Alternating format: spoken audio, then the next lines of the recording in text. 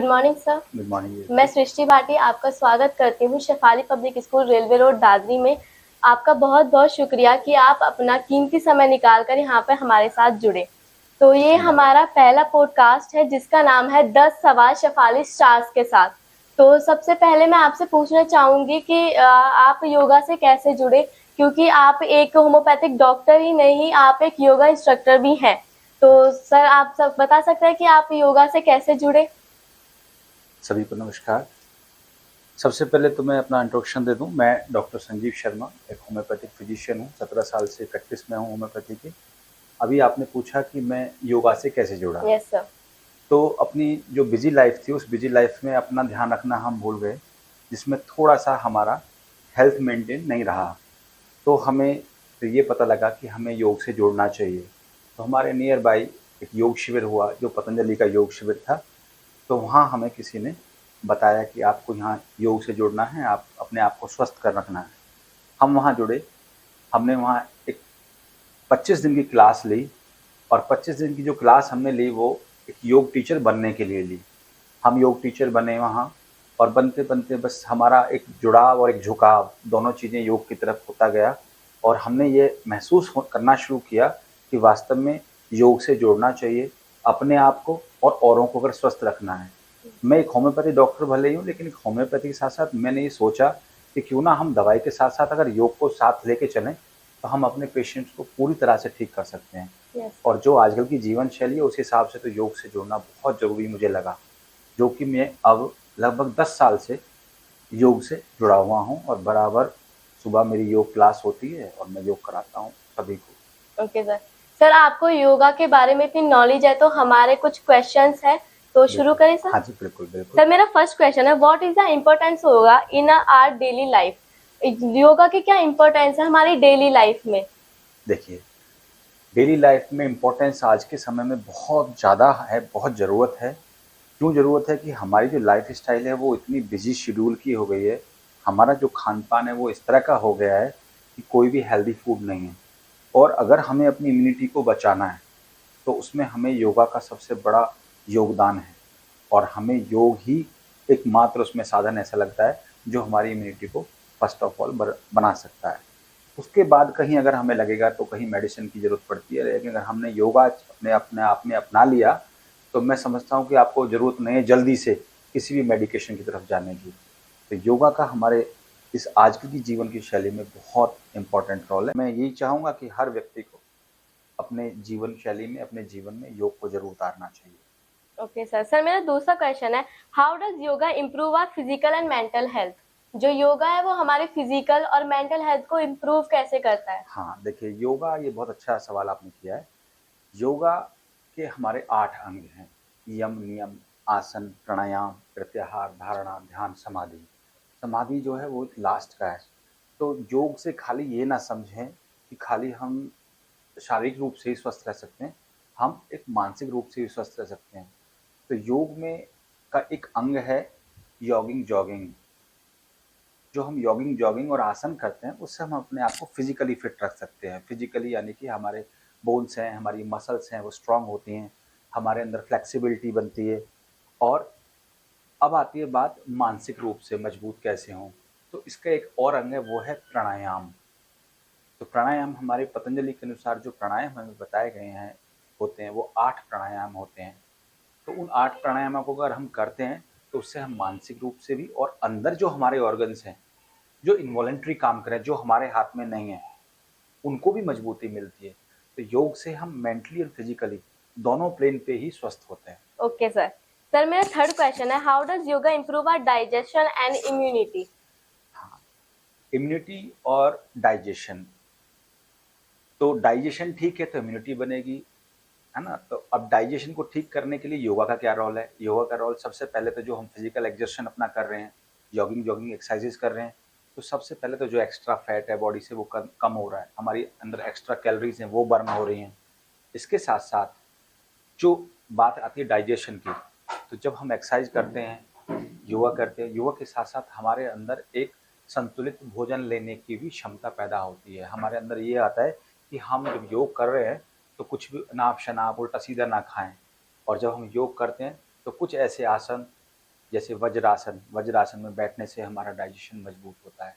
अक्सर बताया जाता है कि वज्रासन एक ऐसा आसन है कि जिसको हम जस्ट खाने के बाद कर सकते हैं, तो उससे हमारा वज्र नाड़ी इम्प्रूव होती है, हमारा डाइजेशन मजबूत होता है, पाचन क्रिया मजबूत होती है। और जब हमारे शरीर में पाचन क्रिया मजबूत होती है तो जितने भी हमारे जो खान पान है, जितने भी घटक होते हैं, जो भी मिनरल्स होते हैं हमारे खाने में, वो सब हमारी बॉडी में एब्जॉर्ब होने शुरू हो जाते हैं योग करने से।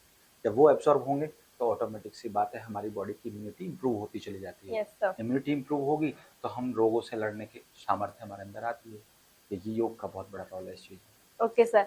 तो मेरा फोर्थ क्वेश्चन है, how are yoga and meditation को रिलेटेड? योगा एंड मेडिटेशन, हाँ, योग का ही एक पार्ट है मेडिटेशन। अभी जैसे मैंने आपको बताया, यम नियम, आसन, प्राणायाम, प्रत्याहार, धारणा, ध्यान, ध्यान माने मेडिटेशन। तो ये मेडिटेशन योग का 7वां अंग है।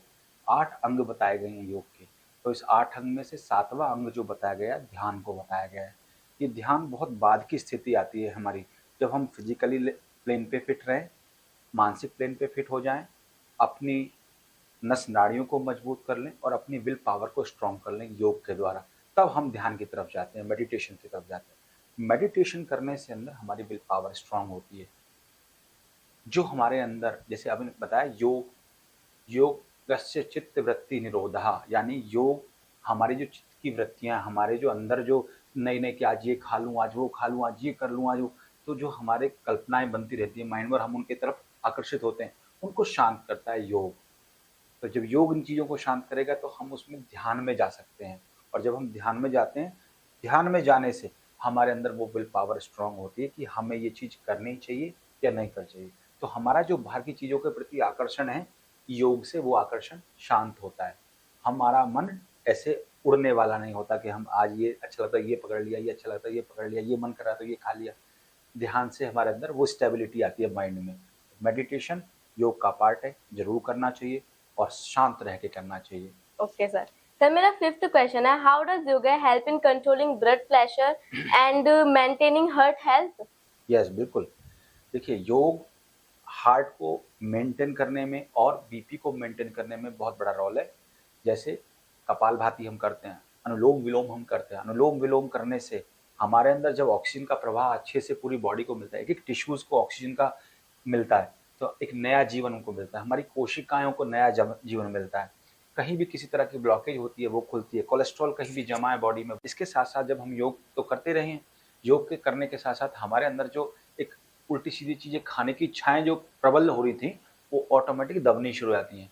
तो जब हम उल्टी सीधी चीज़ें नहीं खाते हैं, इधर योग भी करते हैं, तो ऑटोमेटिक हमारा जो बीपी है वो बिना मेडिसिन के कंट्रोल आना शुरू होता है।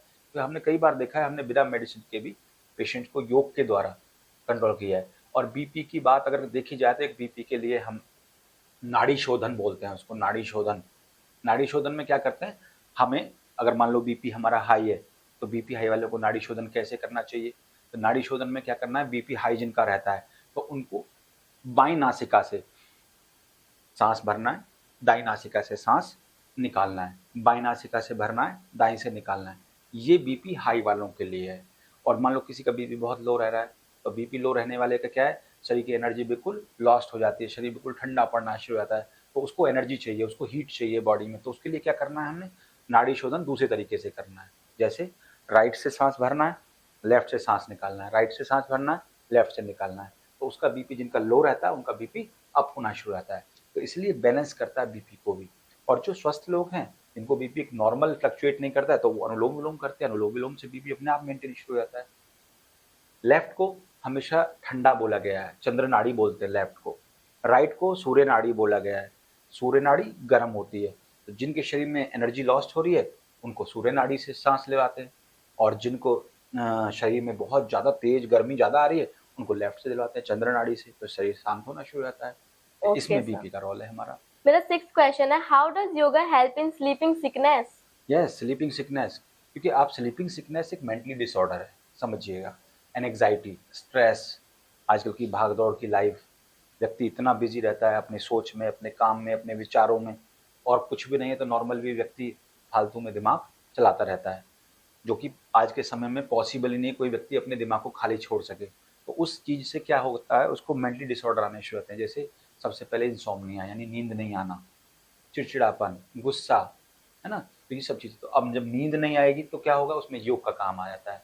योग में हम मेडिटेशन, जो हमारा एक अंग है, दूसरा प्राणायाम हमारा, इसमें प्राणायाम होता है नींद में। जो अगर हमारा नींद नहीं आती है तो हमें भ्रामरी प्राणायाम करने को बोला जाता है, जो कि हमारी आँखों पे रख के, कान में बंद करके लंबी गहरी सांस भर के प्राणायाम करते हैं, भ्रामरी प्राणायाम। जिनको नींद नहीं आती है वो भ्रामरी प्राणायाम करिए, उससे नींद बहुत अच्छी आने लग जाती है। या उसके साथ साथ साथ में आप मेडिटेशन करना शुरू करिए। मेडिटेशन करने के लिए हमारी दोनों भौं के बीच में आज्ञा चक्र बोला जाता है, इसको आज्ञा चक्र। आप आंखें बंद करके यहाँ पर ध्यान लगाइए। जब आप मेडिटेशन करना शुरू करेंगे, मन आपका शांत होना शुरू हो जाएगा। मन शांत होगा तो अपने आप आपका नींद आनी शुरू हो जाएगी। आपके दिमाग पे जो घोड़े ज़्यादा दौड़ रहे थे वो शांत होने शुरू हो जाएंगे, आपको नींद अच्छी आने लग जाएगी। तो योग का उसमें नियम बहुत अच्छा है यस नींद सर। के लिए। सर मेरा 7th क्वेश्चन है, what is the relation between yoga and nature beauty? हाँ, नेचर ब्यूटी एंड योगा। देखिए, नेचर ब्यूटी और योगा आपस में एक दूसरे के पूरक हैं। सबसे बड़ी बात, अगर आपको नेचर इस तरह की मिल रही है, पहाड़ हैं, झरने हैं, नदियाँ बह रही हैं, कल-कल की आवाज़ आ रही है, पक्षियाँ चहचहाट कर रहे हैं, तो आपको मन करेगा कि मैं योग की तरफ जाऊँ, ऐसी वातावरण में मैं योग में बैठूँ। और अगर आप एक योगी हैं, आप योग कर रहे हैं, तो ऑटोमेटिक आपका मन करेगा कि मैं ऐसी जगह जाके योग करूँ जहाँ नदी, झरने बह रहे हों, जहाँ पक्षियाँ चहचहा रहे हों, शुद्ध हवा आ रही हो, वनस्पतियाँ हों। तो नेचर एंड योग दोनों एक दूसरे के पूरक हैं। अगर आप नेचर के साथ जुड़े हैं तो योग करने का अपने आप मन करेगा। अगर आप योग कर रहे हैं तो अपने आप आकर्षण बनेगा आपका नेचर की तरफ अट्रैक्ट होने का। Yes sir. सर मेरा 8th क्वेश्चन है, which one is better, yoga और मॉडल जिम? हाँ, देखिए, ये बहुत अच्छा क्वेश्चन है आपका। मॉडल जिम और योगा, सबसे पहले तो मैं कहूँगा कि कोई किसी के ऊपर नहीं है, कोई किसी को ओवरलैप नहीं करता। सबके अपनी-अपनी जगह काम है। जहाँ सुई का काम है वहाँ सुई करेगी, जहाँ तलवार का काम है वहाँ तलवार करेगी। तो हम ये कहने लग जाएँ नहीं जी योगा बेस्ट है तो योगा में, योग से हमें क्या करना है? योग से हमें कंप्लीट अपने आप को बैलेंस करना है। कैसे? मेंटली लेवल पे भी और फिजिकल लेवल पे भी। हम फिजिकल लेवल पे भी अपने अंदर फ्लेक्सिबिलिटी ला सकते हैं। शरीर को बिल्कुल फ्लेक्सिबल बना के अपनी मांसपेशियों को मजबूत रख सकते हैं, और साथ-साथ इसके हम अपने ब्रेन को मजबूत रख सकते हैं, अपने माइंड को मजबूत रख सकते हैं। ठीक है? ये है हमारा योग से। लेकिन आपने बात बात करी मॉडर्न जिम की। मॉडर्न जिम में आप ब्रेन लेवल पे कुछ नहीं कर सकते। हाँ, अपने फिजिकल लेवल पे आप अपनी मसल्स को स्ट्रॉन्ग कर सकते हैं आप फिजिकल लेवल पे, और अपना स्टैमिना बढ़ा सकते हैं आप। तो इतना हो सकता है। लेकिन मैं फिर भी यही कहूँगा, योग बेटर है मॉडर्न जिम से। बाकी काम दोनों के अपने-अपने हैं। जहाँ ज़रूरत जिम की है वहाँ जिम वाले जिम करते हैं, जहाँ योग की ज़रूरत है वहाँ योग। योग से बस इतना है कि आप मेंटली भी लेवल पे ठीक होते हैं और फिजिकल लेवल पे भी। जिम में ऐसा नहीं है, जिम में सिर्फ आप फिजिकल लेवल पे ही ठीक रह पा सकते हैं। और एक सबसे बड़ी बात, योग करने से आपके इंटरनल जो ऑर्गन्स हैं वो भी ठीक होते हैं। आप जिम से इंटरनल ऑर्गन्स को ठीक नहीं कर सकते। ऐसा मैंने कई बार प्रैक्टिस में देखा कि जिम भी कर रहे हैं, बहुत मेहनत कर रहे हैं, लेकिन लिवर फैटी आ रखा है। योग कर रहे हैं, योग वाले को ना लिवर फैटी है, ना हार्ट बढ़ा हुआ है, ना कुछ है, फिर सही चल रहा है। क्योंकि इंटरनल ऑर्गन्स पे भी इफेक्ट डालता है योग, लेकिन वो इंटरनल ऑर्गन्स पे इफेक्ट नहीं डालता है। वो सिर्फ आपके जो स्केलेटल सिस्टम है, जो आपका बोन्स हैं, आपकी जो मसल्स हैं, उनको स्ट्रॉन्ग करता है, उसमें मजबूती लाता है। Okay sir. सर मेरा 9th क्वेश्चन है, how can we keep students away social media with the help of yog? हाँ, योगा आजकल की सबसे बड़ी समस्या है कि हमारे बच्चे बहुत अट्रैक्ट हो रहे हैं सोशल मीडिया की तरफ। तो देखिए, योग से हम कैसे कर सकते हैं कि बच्चों का मन बहुत चंचल होता है। अब बच्चों का मन चंचल होता है, वो अट्रैक्शन उनके अंदर ज़्यादा होता है कि वो हर चीज़ की तरफ अट्रैक्ट होते हैं। अट्रैक्ट होते तो वो अपने आप को रोक नहीं पाते। अब उसमें योगा हेल्प करता है।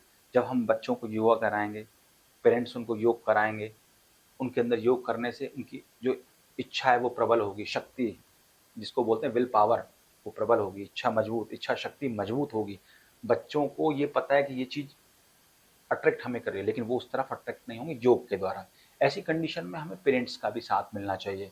हमारे बच्चों की तरफ पेरेंट्स का ध्यान हो। अपने आजकल पेरेंट्स क्या कर रहे हैं, आके अगर वर्किंग हैं तो अपने काम में लग गए, मोबाइल में लग गए, या पूरे दिन बाहर रहे। अब बच्चों को कोई देखने वाला नहीं है। ऐसी कंडीशन में मैं चाहता हूँ कि पेरेंट्स भी अपने बच्चों के साथ दें, और मोबाइल पे स्क्रीनिंग टाइम बांध दें। इतना स्क्रीन टाइम आपको रखना है, बस, इससे ज़्यादा स्क्रीन टाइम नहीं करेंगे। और जब योग आप अपने बच्चों के साथ करेंगे और उनको कराएंगे, तो वही वाली बात है, आपका विल पावर स्ट्रांग होगी, आपके बच्चे उस अट्रैक्शन की तरफ से बचेंगे। और इसके साथ साथ ये भी बताया जाए बच्चों को कि इसके दुष्प्रभाव क्या हैं, आजकल कैसे-कैसे फ्रॉड्स चल रहे हैं, उन सब के बारे में जब आप बताओगे, तो आप अपने बच्चों को सोशल मीडिया के अट्रैक्शन से काफ़ी हद तक दूर रख सकते हैं। तो मेरा 10th क्वेश्चन है, how does yoga help in maintaining good body posture? हाँ, गुड बॉडी पोस्चर इसलिए कि सबसे बड़ी बात है योग से हमारे अंदर फ्लेक्सिबिलिटी आती है। तो जब हम आसन करते हैं, आसन हमारा एक आसन कौन-कौन से हैं, जैसे हमारे बैठने वाले आसन हैं, खड़े होने वाले आसन हैं, लेट के करने वाले आसन हैं। उससे अगर हमारी बॉडी में फ्लेक्सिबिलिटी रहेगी, हमारी स्पाइन में फ्लेक्सिबिलिटी रहेगी, तो हमारा पोस्चर ठीक रहेगा। और पोस्चर ठीक रखने के लिए सबसे बड़ी बात है कि हमें सबसे पहले बैठना आना चाहिए कि हम बैठें कैसे, एकदम स्टैंड पोजीशन। जब बैठते हैं, तो बिल्कुल ये पोजीशन हमारी होती है। तो सबसे पहले हमें अपने आसन को जानना ज़रूरी है कि हम जो बैठे हैं, जिस आसन में बैठे हैं, हमारी पोजीशन ठीक है बैठने की या नहीं है। खड़े होकर चल रहे हैं तो उस पोजीशन में हमें पता होना चाहिए। हम लेटे हुए हैं तो उस पोजीशन में हमें पता रहना चाहिए कि हम जो लेटे हुए हैं, हमारा पोस्चर ठीक है या नहीं ठीक है। तो पोस्चर का बहुत बड़ा रोल है। अगर पोस्चर हमारा ठीक रहेगा तो हमारी स्पाइन से रिलेटेड प्रॉब्लम्स नहीं आएँगी। और पोस्चर को मान लो डिस्टर्ब हो भी गया है, तो आप योग के आसनों के द्वारा अपने पोस्चर को ठीक कर सकते हैं। जैसे कई बार भुजंगासन है, अर्धचंद्र आसन है और शशक आसन है। बहुत सारे ऐसे आसन हैं हमारे जो हमारे पोस्चर को करेक्ट करते हैं। थैंक यू सर, आपने इतना अच्छा बताया हमें योग के बारे में। Thank you so much. Thank you बेटा, थैंक यू। बहुत अच्छा लगा, आपने बहुत अच्छे सवाल किए और मेरी शुभकामनाएँ हैं आपके साथ। और मैं चाहूँगा कि आप भी योग के लिए प्रेरित हों और योग करें ज़्यादा से ज़्यादा। योग अपने आप में एक कंप्लीट साइंस है। ठीक है? बहुत-बहुत धन्यवाद।